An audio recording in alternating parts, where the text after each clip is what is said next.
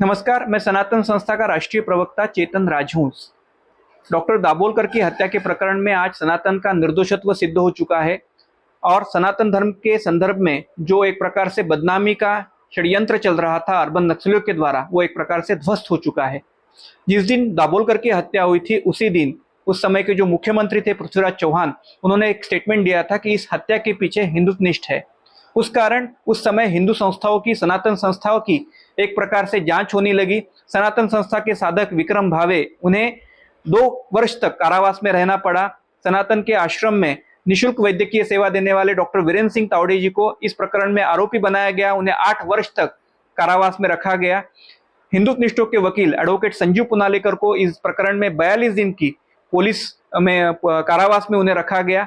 हम सब जानते हैं कि इन सभी पर एक प्रकार से सनातन धर्मियों को, हिंदुत्वनिष्ठों को फंसाने का प्रयास किया गया। आज इस न्यायालय के निर्णय के बाद सनातन संस्था का निर्दोषत्व सिद्ध हुआ है। विक्रम भावे, डॉक्टर तावड़े और एडवोकेट संजीव पुनालेकर इस प्रकरण में निर्दोष बरी किए गए हैं। एक प्रकार से भारत का ब्रीद वाक्य जो है सत्यमेव जयते सार्थ हो चुका है। इस प्रकरण में 2 अलग अलग हिंदुत्वनिष्ठ जो शरद कलस्कर और सचिन अंदुरे के नाम से जाने जाते हैं, उन्हें भी फंसाया गया था। आज कोर्ट ने उन्हें दंडित किया है, तब भी हमें आशा है कि उन्हें भी इस प्रकरण में फंसाया गया है और हम आशा करते हैं कि जब न्याय पत्र मिलेगा तो उसके आधार पर उनके जो रिश्तेदार है वो हाईकोर्ट में जाके गुहार लगाएंगे और उनके लिए न्याय मांगेंगे। नमस्कार, मैं सनातन संस्था का राष्ट्रीय प्रवक्ता चेतन राजहंस। डॉक्टर दाभोलकर की हत्या के प्रकरण में आज सनातन का निर्दोषत्व सिद्ध हो चुका है और सनातन धर्म के संदर्भ में जो एक प्रकार से बदनामी का षड्यंत्र चल रहा था अर्बन नक्सलियों के द्वारा, वो एक प्रकार से ध्वस्त हो चुका है। जिस दिन दाभोलकर की हत्या हुई थी उसी दिन उस समय के जो मुख्यमंत्री थे पृथ्वीराज चौहान, उन्होंने एक स्टेटमेंट दिया था कि इस हत्या के पीछे हिंदुत्वनिष्ठ है। उस कारण उस समय हिंदू संस्थाओं की, सनातन संस्थाओं की एक प्रकार से जांच होने लगी। सनातन संस्था के साधक विक्रम भावे, उन्हें 2 वर्ष तक कारावास में रहना पड़ा। सनातन के आश्रम में निःशुल्क वैद्यकीय सेवा देने वाले डॉक्टर वीरेंद्र सिंह तावड़े जी को इस प्रकरण में आरोपी बनाया गया, उन्हें 8 वर्ष तक कारावास में रखा गया। हिंदुत्वनिष्ठों के वकील एडवोकेट संजीव पुनालेकर को इस प्रकरण में 42 दिन की पुलिस में कारावास में उन्हें रखा गया।